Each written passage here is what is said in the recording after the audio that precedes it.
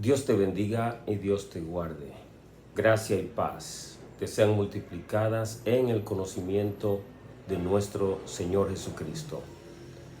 Tomo este momento para que meditemos en otra escritura poderosa de la palabra de Dios, y en esta ocasión en Primera de Pedro, capítulo 4, en el versículo 1 y 2.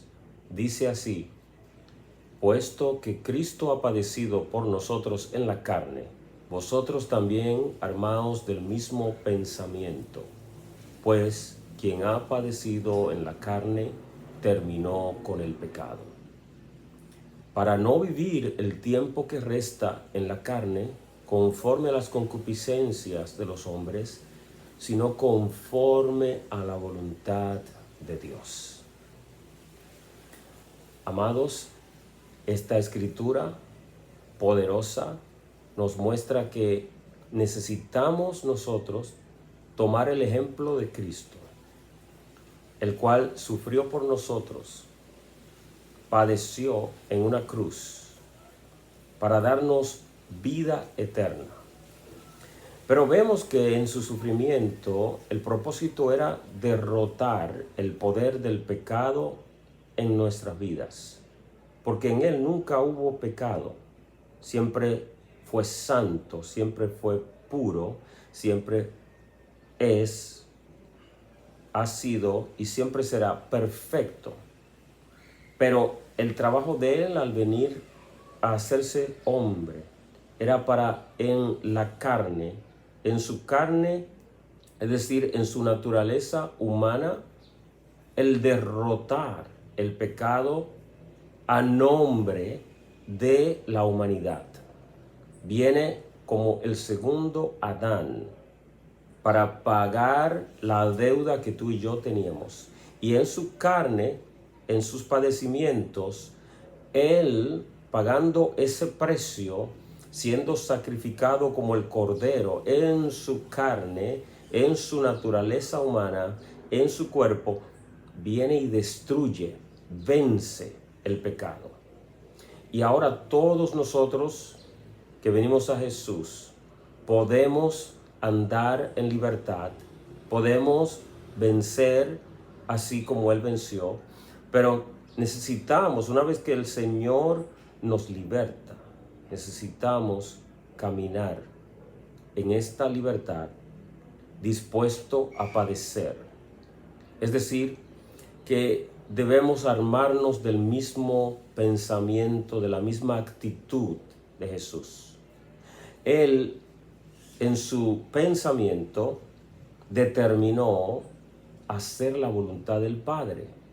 La voluntad del Padre era que Él viniese a morir, a tomar esa copa de sufrimiento, y en el momento en que se acercaba la hora de ser entregado, él clamaba y decía: Señor, si es posible, pasa de mí esta copa, pero no se haga mi voluntad, sino la tuya.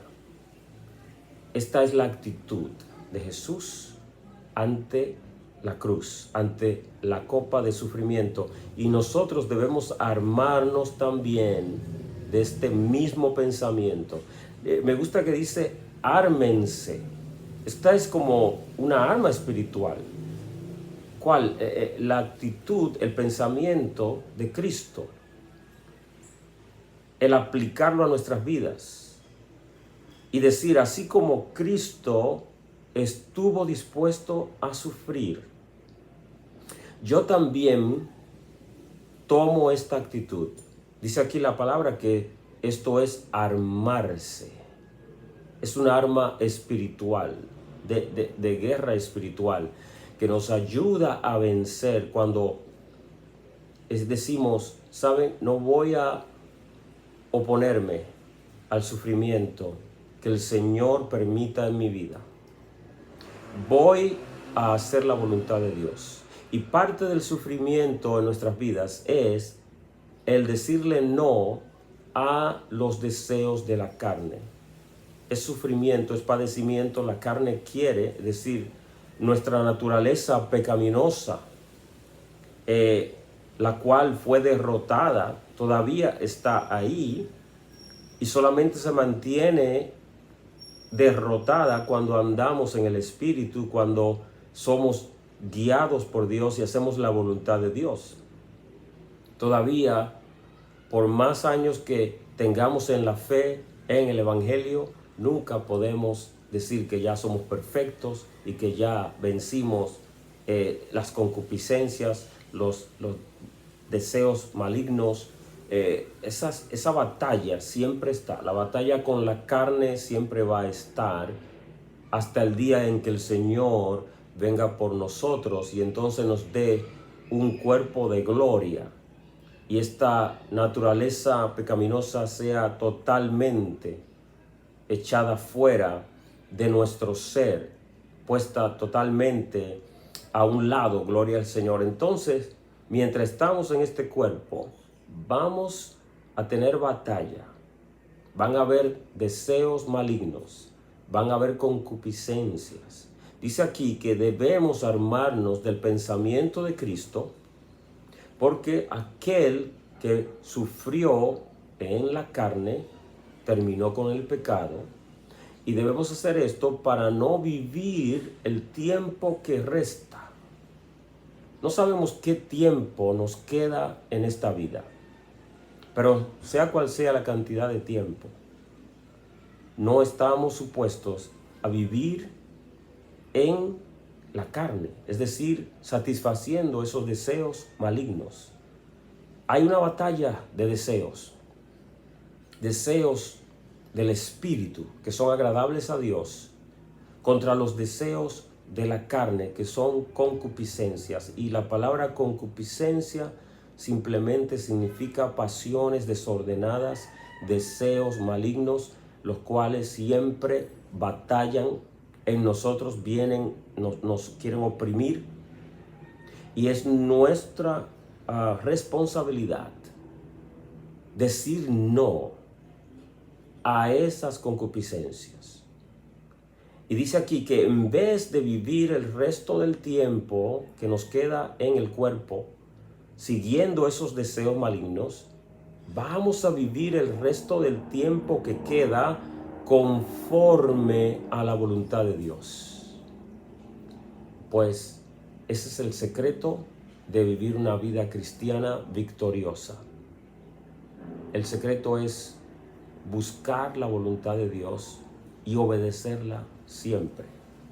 La voluntad de Dios está revelada en su palabra y hay muchas escrituras que nos hablan de su voluntad.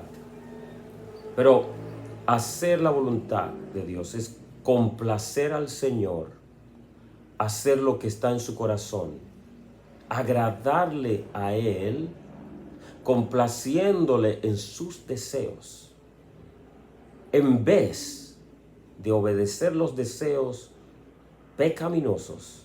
Decimos, no, voy a seguir, voy a hacer, voy a satisfacer los deseos de la voluntad de Dios. Y es allí donde entonces podemos caminar en victoria, donde podemos vencer la maldad y terminar esta carrera con celebración, declarando victoria. Vamos entonces a armarnos. Esta es una estrategia de guerra espiritual en contra del pecado, en contra de la maldad. Ármate del mismo pensamiento de Cristo, de la misma actitud de tu Señor y Salvador. Es un llamado para todos. Me ha ministrado a mí y sé que esta es la voluntad de Dios, y ahora lo comparto contigo, y espero que desde este momento puedas declarar en oración: Señor, yo tomo la actitud de mi Señor Jesús. Estoy dispuesto a padecer si esta es tu voluntad, porque todo obra para bien a los que te aman. Decido rechazar los deseos de la carne y hacer tu voluntad. Que en el nombre de Jesús esta sea la realidad en tu vida y en cada uno de nosotros. Gracias por compartir este momento de meditación conmigo. Que Dios te bendiga y Dios te guarde.